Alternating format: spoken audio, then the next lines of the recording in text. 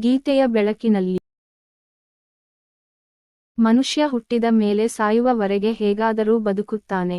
ಆದರೆ ಹೇಗಾದರೂ ಬದುಕುವುದು ಅಥವಾ ಆಯುಷ್ಯ ಕಳೆಯುವುದಷ್ಟೇ ಸಾಲದು. ಹಾಗೆ ನೋಡಿದರೆ ಕಣ್ಣಿಲ್ಲದೆ, ಕೈ ಕಾಲಿಲ್ಲದೆ, ವಿದ್ಯೆಯಿಲ್ಲದೆ, ಆರೋಗ್ಯವಿಲ್ಲದೆ, ಮನೆಯಿಲ್ಲದೆ ಬದುಕುವವರು ಇದ್ದಾರೆ. ಅಂಥ ಬದುಕು ಅನಿವಾರ್ಯತೆಯೇ ಹೊರತು ಆದರ್ಶವಲ್ಲ. ಜೀವನದಲ್ಲಿ ಯಶಸ್ಸಿರಬೇಕು, ಸುಖ, ಶಾಂತಿ, ತೃಪ್ತಿ, ಸಾರ್ಥಕತೆಗಳಿರಬೇಕು ಎನ್ನುವುದು ಸಾಮಾನ್ಯರೆಲ್ಲರ ಗುರಿ.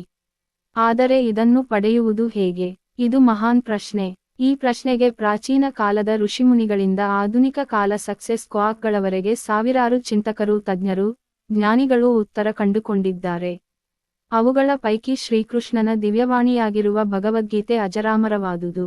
ಅದು ಕೇವಲ ಆಧ್ಯಾತ್ಮಿಕ ಗ್ರಂಥವಲ್ಲ, ನಮ್ಮ ದೈನಂದಿನ ಬದುಕಿನ ಸವಾಲುಗಳನ್ನು ಸಮರ್ಥವಾಗಿ ಕೆಚ್ಚೆದೆಯಿಂದ ಎದುರಿಸಲು ಬೇಕಾದ ಧೈರ್ಯ, ಆತ್ಮವಿಶ್ವಾಸ, ಸ್ಫೂರ್ತಿ, ವಿವೇಕಗಳನ್ನು ಕಲಿಸುವ ಅಮೋಘ ಮನಃಶಾಸ್ತ್ರೀಯ ಗ್ರಂಥವೂ ಹೌದು.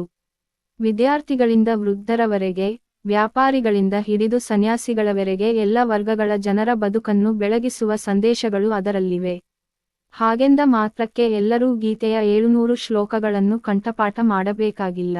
ಸ್ವಾಮಿ ವಿವೇಕಾನಂದರು ಹೇಳಿದಂತೆ ಗೀತೆಯ ಕೆಲವೇ ಶ್ಲೋಕಗಳ ಅರ್ಥವನ್ನು ಹೃದ್ಗತವಾಗಿ ಮಾಡಿಕೊಂಡು ನಿತ್ಯಜೀವನದಲ್ಲಿ ಅನುಸರಿಸಿದರೆ ಸಾಕು, ಬದುಕು ಸಾರ್ಥಕವಾಗುತ್ತದೆ.